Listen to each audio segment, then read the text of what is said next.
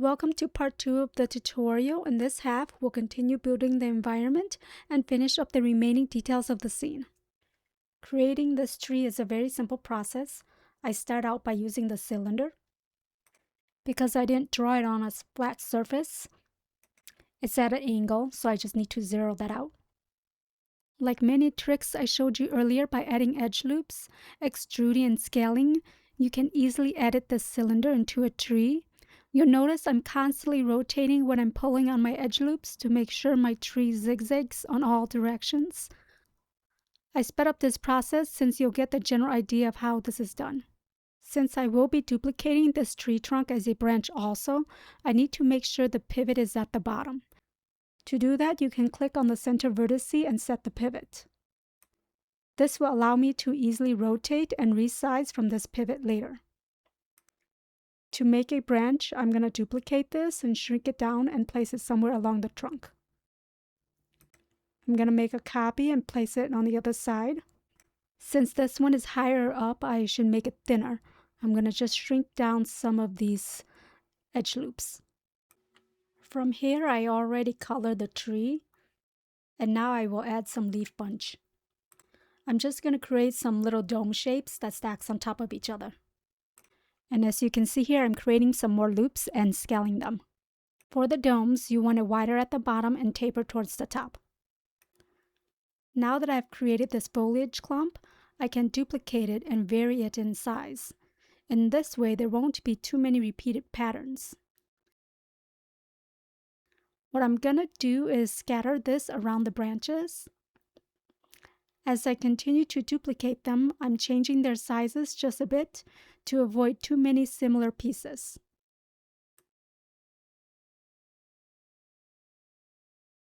I have isolated the island here and I reapplied the ProBuilder material so I can see the grid because I have added some more deformation to it.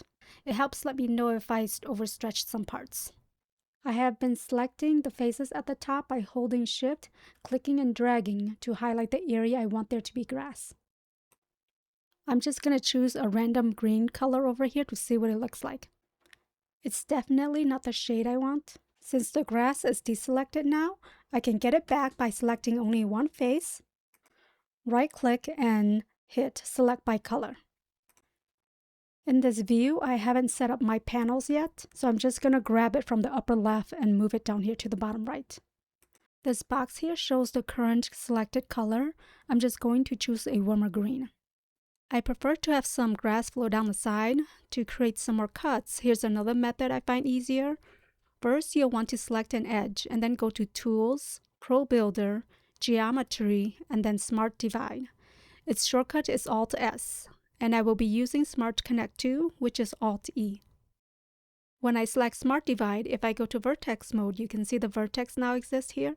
I'm going to select the vertices I want to connect and hit Alt-E. This will create an edge between them.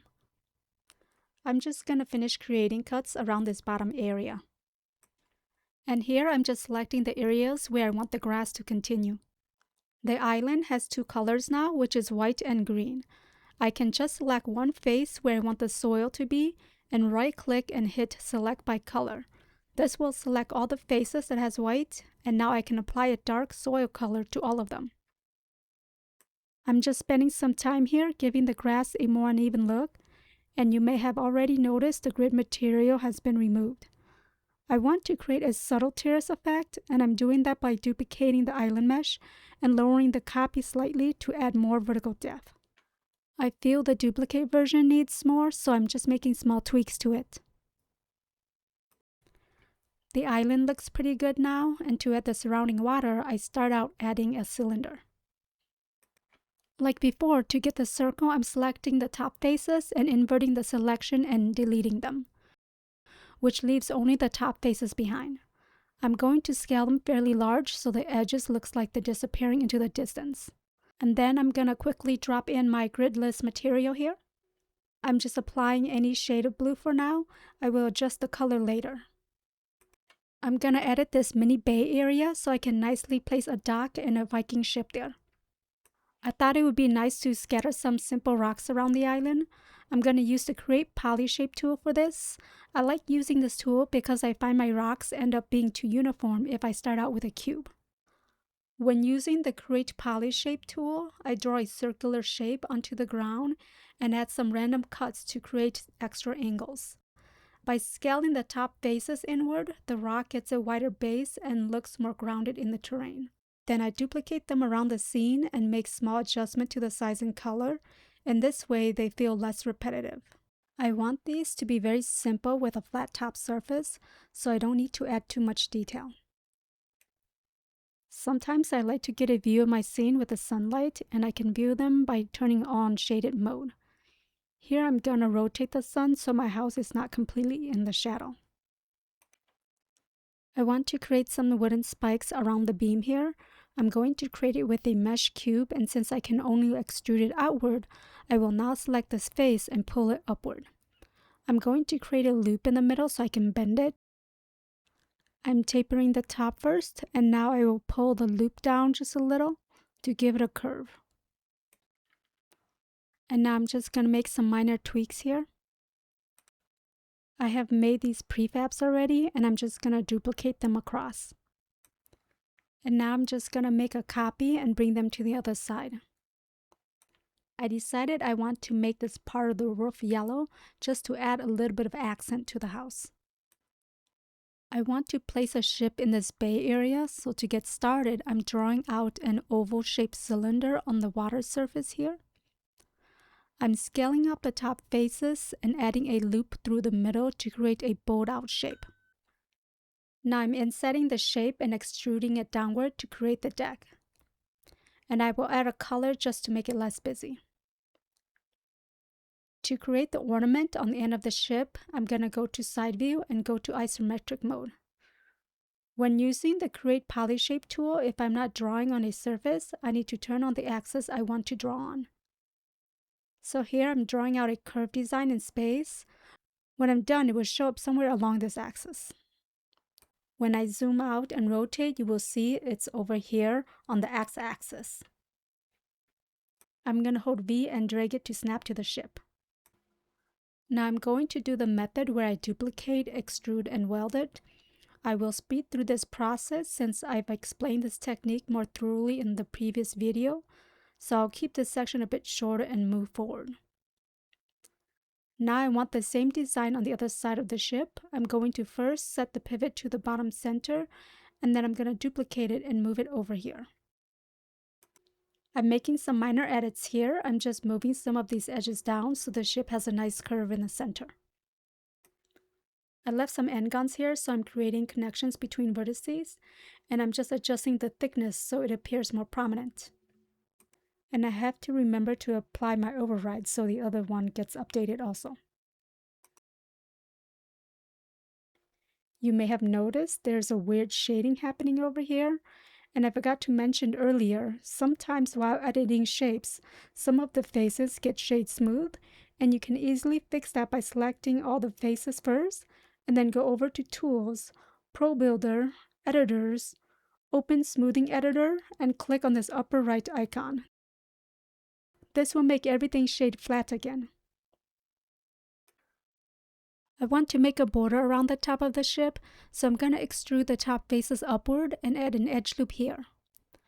Now I'm going to select all the side faces and just scale them upward a tad. I don't want to make this border too large. Now I'm drawing a mass in the center here. I'm insetting at this point and extruding it more. It's just a design choice. I want a base separation here, that's all. Now at the top, I'm scaling it outward and creating a loop here and scaling this inward. By adding small changes like this, helps breaks the pull simple vertical look. For the sail, I created a plane and aligned it with the mast. I want the sail to billow instead of being perfectly flat, so I need more edges to work with. I'm going to pull one edge out and add several loops in the center here. This should give it the bellowing effect. I want some weathering on this sail, so I'm going to use the cut tool to remove some fabric on this corner. You'll notice the cell switches from blue to white here because I was testing materials. When making the yard to hang the sail, I also added variations to keep it from being a simple cylinder. We're going to jump to this clip as I have forgotten to mention. You may notice that the sail's backside isn't showing. That's because I'm using a single-sided vertex color shader. We can fix this by using a material with a double-sided vertex color shader. When using this material, just make sure here it is set to both sides. I have included a link to download this shader below. You can create your own material from that. I want some decorative shields mounted along the sides.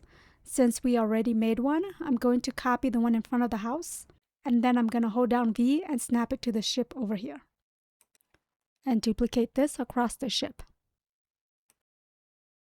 Here is where I'm starting the dock. I'm going to make it come out this way and curve around to the ship. I'm starting out with some planks and making slight color adjustments so you can see the individual planks better. I'm also moving the edges to create bumps and unevenness. I'm going to create a duplicate set over here, which I will stagger later to use for stairs. For these, I'm going to merge them, but I don't need to weld the vertices. When they are merged, they are easier to duplicate around than individual planks. For the stairs, I decided not to use the stair tool, mainly because I already created these planks, and if I use the tool, I have to recreate these irregular shapes to match, which I find it to be more work. I'm gonna cut to the scene here if you decide you like using the stair tool. You can easily just drag it out and adjust how many steps you want. You can also create a curved stairway. I just decided not to use this method because I also wanted floating steps. To make the stairway curve around the corner, I'm just going to rotate them just enough to create a bit of a curve. And then I'll pull out these edges to fill in the gap. From here, I'm just continuing extending the dock. You will notice I'm constantly turning the view sideways also, and able to align the planks vertically. We're getting close to the end here. The last thing I need to add are the support posts, and these are just extruded cubes that I'm aligning along both sides of the dock. I hope you enjoyed this video. The goal was to show how flexible ProBuilder can be for building environments and iterating on ideas. Hopefully this gave you a good idea of what you can create with it in a real workflow.